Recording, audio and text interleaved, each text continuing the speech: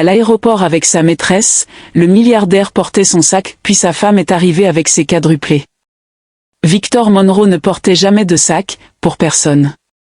Pourtant, ce matin-là, sous la froide luminosité des lumières du plafond du terminal de l'aéroport, il tenait négligemment le sac à main de créateur délicat de Nadia sur son bras. Pour lui, cela semblait inoffensif, un geste de commodité, non de dévotion. Mais chaque pas qu'il faisait résonnait différemment sur le sol de marbre poli. Nadia marchait à ses côtés, mince et sans effort, sa robe couleur crème oscillant doucement tandis qu'elle ajustait ses lunettes de soleil. Son sourire était petit, privé, du genre que porte une maîtresse lorsqu'elle croit avoir enfin gagné. Il ne la regardait pas. Il n'avait pas besoin de le faire. Sa prise sur son sac était une réponse suffisante. Le terminal de luxe bourdonnait autour d'eux. Des cadres se précipitaient, du personnel en costume ajusté vérifiait les passeports, et la musique d'ambiance du salon se fondait dans les annonces lointaines des vols au départ. Un jet privé les attendait, mais Nadia insista pour traverser les départs à pied. Elle voulait être vue avec lui. Victor n'objecta pas. Pourquoi l'aurait-il fait? Pour une fois, il se sentait maître de son récit, jusqu'à ce qu'il ne le soit plus.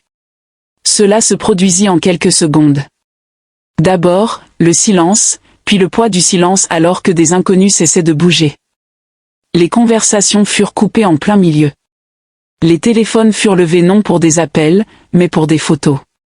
Victor suivit instinctivement leur regard.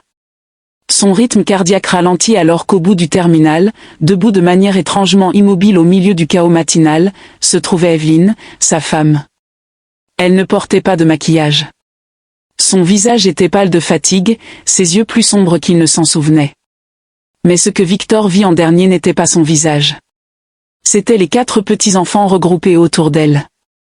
4 garçons identiques, chacun tenant fermement sa jupe, leurs petits manteaux assortis fantomatiques contre le sol poli. C'est quadruplé.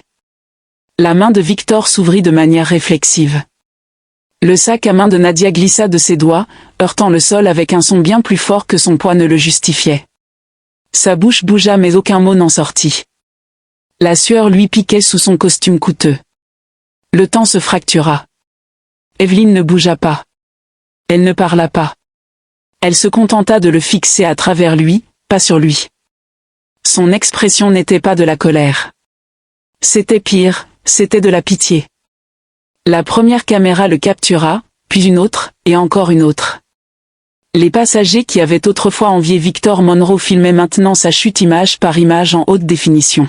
« Victor », murmura Nadia, sa voix se brisant. Il ne l'entendit pas. Ses pieds refusaient de bouger. Son esprit tournait, rejouant inutilement des conversations, des excuses, des plans. Aucun ne correspondait à ce moment. Aucun plan de secours ne l'avait préparé à Evelyne debout là avec la preuve de sa négligence, serrant dans ses mains tremblantes. Les enfants levèrent les yeux vers lui, confus. L'un des garçons pointa du doigt en tirant sur la manche d'Evelyne. « Papa !» Evelyne sursauta. L'estomac de Victor se tordit violemment. Les gens chuchotaient maintenant. Les téléphones s'orientaient pour de meilleurs clichés. Les chuchotements se transformèrent en murmures. Puis en questions audibles. C'est sa femme? Ce sont ses enfants? Qui est la femme avec lui? Nadia recula comme si la distance physique pouvait effacer son implication. Elle regarda tour à tour Evelyne et Victor, ses lèvres tremblantes. Elle réalisa trop tard ce que tout le monde comprenait déjà. Elle n'était pas la femme à qui Victor appartenait. Elle était la preuve de sa trahison. Evelyne. Sa voix se brisa comme celle d'un homme peu familier avec son propre nom. Elle bougea enfin. Des pas lents et délibérés vers lui, non pour combler la distance, mais pour le blesser avec chaque centimètre de son sang-froid. Les enfants suivirent, leurs pas inégaux, incertains de ceux de Victor. Le cœur de Victor battait contre ses côtes, désespéré, inutile. Evelyne s'arrêta juste devant lui. Sa voix était presque un murmure, mais chaque syllabe le coupait en deux. « C'est pour ça que tu portais son sac. » Elle n'attendit pas sa réponse. Elle n'en avait pas besoin. Se tournant vers ses enfants, elle se pencha, soulevant le plus petit garçon dans ses bras comme pour le protéger. Puis elle passa droit devant Victor, devant Nadia, devant les journalistes se rassemblant à l'entrée. Victor la regarda partir, incapable de la suivre. Et quelque part dans la foule, la voix d'un journaliste perça le silence. « Victor Monroe, pouvez-vous expliquer cela ?» Mais il ne le pouvait pas, car comment expliquer qu'il portait le sac de la mauvaise femme lorsque sa vraie vie venait de passer devant lui en tenant son héritage? Les flashs continuèrent, mais Victor ne les vit plus. Même pas lorsque les premières larmes tombèrent enfin. Victor ne bougea pas. Pas lorsqu'Evelyn passa devant lui. Pas lorsque les flashs devinrent aveuglants. Pas lorsque quelqu'un cria son nom dans les haut-parleurs du terminal.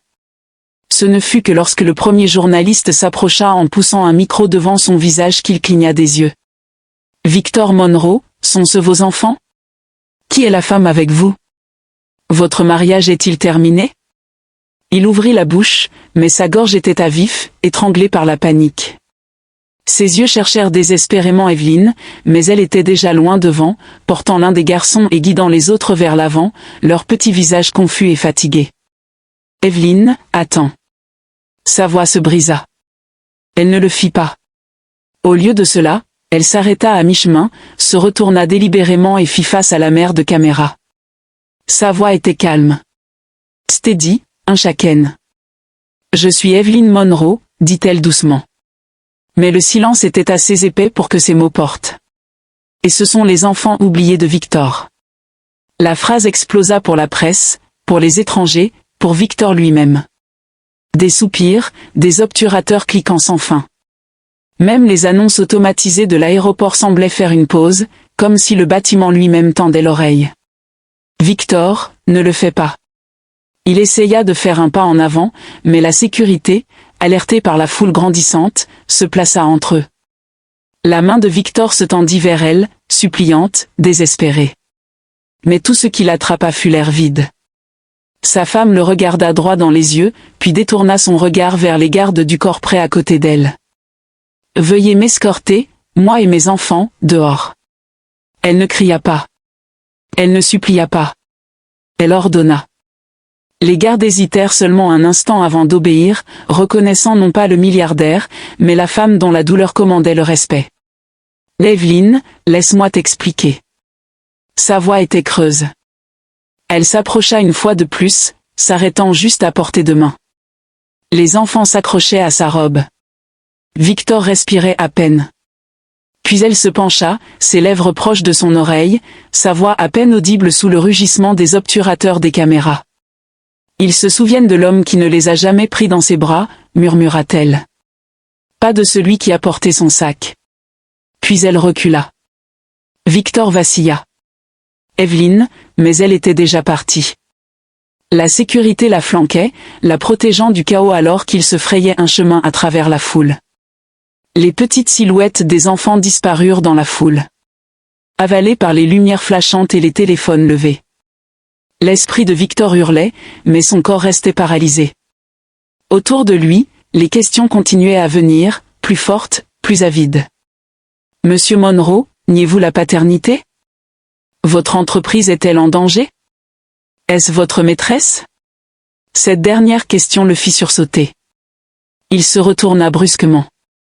Nadia, il chercha frénétiquement, mais l'endroit où elle se tenait seulement quelques minutes plus tôt était vide. Pas de robe crème, pas de main tremblante, pas de présence. Elle était partie, disparue dans la confusion qu'elle avait laissée derrière elle. Victor baissa les yeux, désorienté. Son sac à main de créateur gisait, oublié à ses pieds. L'absurdité de la situation tordit quelque chose en lui. Les caméras, le bruit, la trahison maintenant publique, irréversible. Et à ce moment-là, il réalisa ce que le monde voyait maintenant. Un milliardaire seul dans un terminal d'aéroport, entouré de questions, sans femme, sans enfant, seulement le fardeau d'un sac à main. Il n'aurait jamais dû porter. Au-dessus, l'annonce du terminal résonnait cruellement. Vol 274, embarquement immédiat. Victor Monroe resta immobile tandis que le monde regardait son effondrement se dérouler. En direct, Nadia verrouilla la porte des toilettes et glissa le long du mur carrelé froid, ses genoux tremblants. Le bruit du terminal à l'extérieur était étouffé ici, mais son battement de cœur rugissait plus fort que tout autre son. Elle fixa son reflet dans le petit miroir fissuré au-dessus du lavabo. Son mascara était étalé. Ses joues étaient rouges, mais ce n'était pas l'épuisement ou la peur qui l'effrayait maintenant. C'était la reconnaissance. Qui suis-je pour lui? Sa respiration venait par à-coups, court et saccadée. Quelques minutes plus tôt, elle se tenait aux côtés de Victor Monroe, le milliardaire qu'elle avait autrefois cru être son avenir. Maintenant, elle était assise seule, se tenant les bras, frissonnant malgré la chaleur. Quelque part dans ce terminal, sa femme tenait ses enfants. Les enfants dont Nadia n'avait même pas su l'existence. Son esprit rejouait tout cela. Fragment par fragment. Victor portant son sac, les caméras flashant, puis le visage d'Evelyne, calme, puissant, le genre de femme que Nadia avait autrefois envié. Maintenant, elle la craignait. Elle enfouit son visage dans ses mains. Mais les souvenirs s'imposaient. Des flashbacks impitoyables. Le pantouse de Victor. La première nuit où elle était restée. Les lumières de la ville scintillaient à travers les murs de verre. Il lui versa du vin, la regardant avec des yeux qu'elle prit pour de la tendresse. « Elle ne me comprend pas, Nadia, murmura-t-il. « Toi, tu me comprends, Nadia. » À 24 ans et désespérément amoureuse, elle le crut. Il lui toucha la joue. Lentement, délibérément. « Je suis piégée dans ce mariage avec toi. Je ne peux pas respirer. » Elle se souvenait des mots exacts. De la manière dont il les avait dits, de la manière dont ils avaient semblé être la vérité. Maintenant, elle les entendait différemment. Un autre flashback. Son premier travail de mannequinat annulé après que Victor eut vu les photos. « Tu n'as plus besoin d'eux. » Il lui avait dit, « Laisse-moi prendre soin de toi. » Elle avait souri, naïve. Elle croyait que c'était de l'amour. Dans les toilettes, Nadia serra les yeux, se haïssant pour se souvenir. Depuis combien de temps était-elle un remplacement, un marque-page? Avait-elle été sa rébellion contre Evelyne ou son assurance? La pire des pensées s'insinua en elle, froide et lente. Peut-être que je n'ai jamais été rien. Des larmes brouillèrent sa vision tandis que ses doigts s'enfonçaient dans sa peau. Elle repensa aux promesses de Victor. À la manière dont il parlait d'Evelyne comme si elle était froide, contrôlante, distante, mais la femme qu'elle avait vue aujourd'hui n'était pas froide. Elle était forte. Et Victor, il avait l'air plus petit qu'elle ne l'avait jamais vu. Un son fit sursauter Nadia, un coup à la porte des toilettes. Tout son corps tressaillit. « Mademoiselle, ça va ?» La voix d'une femme de ménage. La voix de Nadia se brisa lorsqu'elle répondit. Je n'ai besoin que d'une minute. Les pas s'éloignèrent. Elle respira à nouveau, mais son pouce accéléra. Que faire maintenant? Elle n'avait pas de réponse. Victor ne la protégerait pas. Plus maintenant. Il ne l'avait même pas cherchée dans le chaos. Pas après l'arrivée d'Evelyne. Parce que le moment où sa femme était apparue, elle n'existait plus. Son regard se posa sur son téléphone. Des dizaines de messages, d'amis, d'inconnus, de journalistes. Son nom était en tendance. Ses photos avaient fuité. Les gros titres hurlaient, la maîtresse de Victor Monroe identifiée. Elle n'était plus un secret. Elle était le scandale. Soudain, les murs semblaient étouffants. Elle chancela jusqu'au lavabo, éclaboussant de l'eau froide sur son visage, espérant que cela engourdirait la honte brûlante. Mais l'eau ne pouvait pas nettoyer ce qu'elle ressentait. Elle n'avait jamais été qu'un outil dans la guerre de Victor Monroe contre une femme qu'elle n'avait jamais vraiment connue.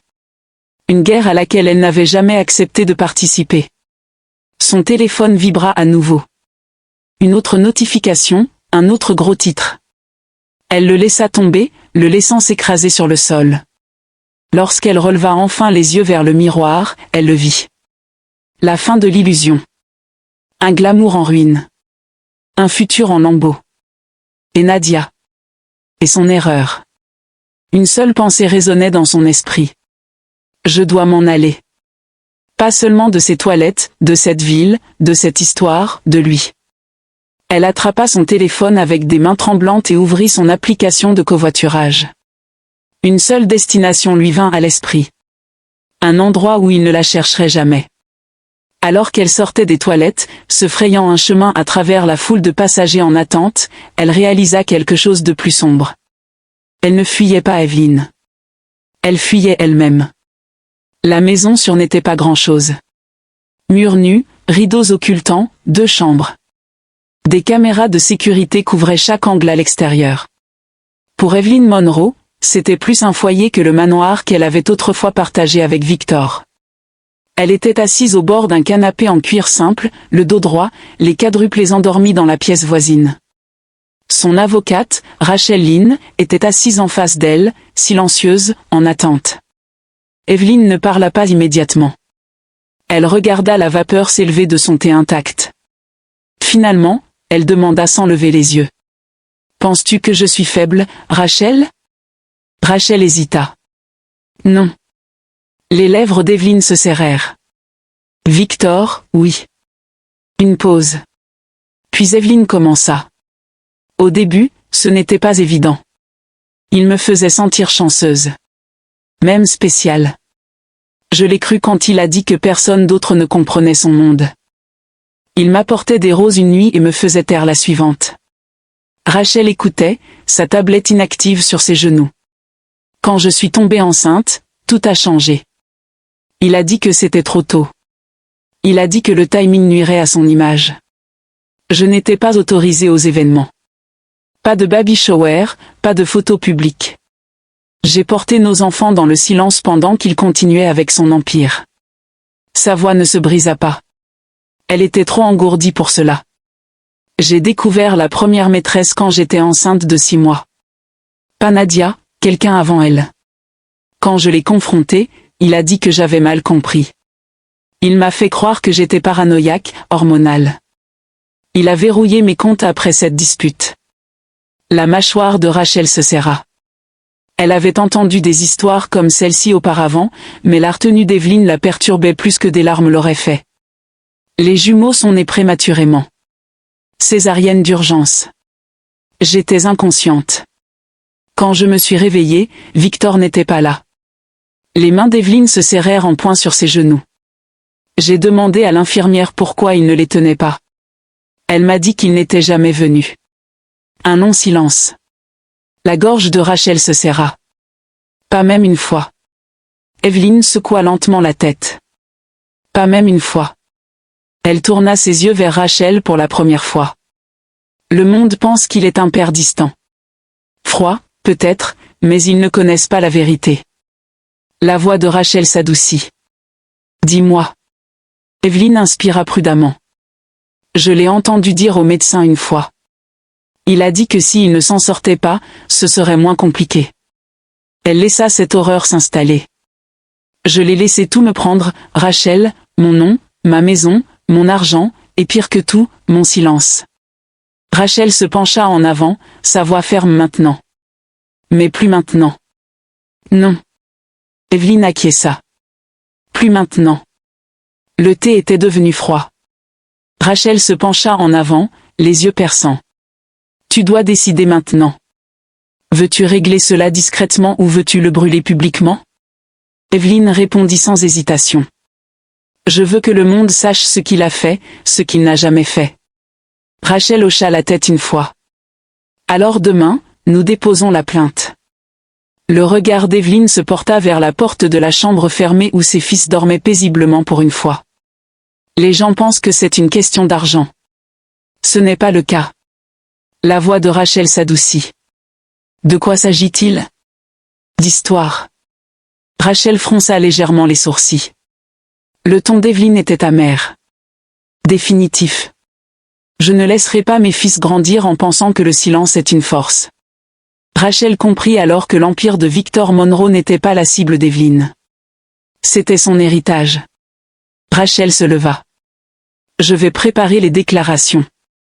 Mais Evelyn n'avait pas fini. Elle attrapa son téléphone et ouvrit une galerie. Des dizaines de photos, pas mises en scène, pas publiques. Des moments tranquilles de 4 petits garçons qui grandissaient. Rachel regarda Evelyn les faire défiler silencieusement. Finalement, Evelyn murmura plus pour elle-même que pour quiconque. Il ne les a même jamais regardés. Rachel ne dit rien. Dehors, les lumières de sécurité clignotaient. Le silence s'installa à nouveau sur la maison sûre. Mais ce n'était pas la sécurité. Evelyn le sentait. C'était le calme avant la tempête. Au matin, le monde avait choisi son camp. Le nom d'Evelyn Monroe était en tendance dans les gros titres à travers 5 continents. Les présentateurs de journaux débattaient sans fin sur des images granuleuses de l'aéroport et spéculaient sur les mystérieux quadruplés vus s'accrocher à sa jupe. Les commentateurs disséquaient son silence, son expression, son visage sans maquillage. Était-elle une femme froide et calculatrice mettant en scène sa vengeance ou une épouse brisée, trahie? Cela dépendait de la chaîne que vous regardiez. L'équipe de relations publiques de Victor Monroe agissait rapidement. Une déclaration soigneusement rédigée fut divulguée en quelques heures. Monsieur Monroe regrette profondément la douleur émotionnelle causée par des affaires privées devenues publiques. Il reste engagé dans son rôle de père et demande la confidentialité pour ses enfants. Le titre tournait, un père incompris. Victor aimait cette phrase. Derrière les murs de verre de son bureau aux Pentouzes, Victor faisait les 100 pas comme un animal en cage, révisant un projet après l'autre de son prochain discours. Son assistant personnel planait nerveusement à proximité. « Contrôlez le récit », murmura-t-il. « C'est tout ce qui compte. » Mais aucun script ne pouvait inverser ce qui s'était passé. Quelque part au fond de lui, Victor savait qu'il avait porté le mauvais sac. Et maintenant, les médias portaient l'histoire. À travers la ville, Nadia regardait les mêmes gros titres, son nom, ses photos, sa carrière, détruit. Il avait fallu moins de 12 heures pour que la presse trouve ses profils de mannequinat, ses anciennes photos Instagram, ses interviews sur l'autonomisation des femmes. Maintenant, chaque image avait une nouvelle légende. La maîtresse qui a détruit un mariage de milliardaire. Les commentaires en ligne remplissaient sa boîte de réception. Chercheuse d'or. Briseuse de foyer. Elle éteignit son téléphone, mais le silence n'aida pas. Nadia était recroquevillée sur le sol d'un appartement emprunté. Ses genoux contre sa poitrine, son mascara étalé à cause des pleurs, les stores tirés contre la lumière du jour. Victor ne l'avait pas appelée. Elle se haïssait de l'avoir attendue. À la télévision, des analystes spéculaient sur son rôle dans le scandale, comme si sa vie n'était qu'un soin-intrigue dans la chute de Victor. Un commentateur ricana cruellement. Pensait-elle qu'elle était spéciale? C'est ce que les maîtresses pensent toujours. Nadia ferma les yeux. Peut-être avait-il raison.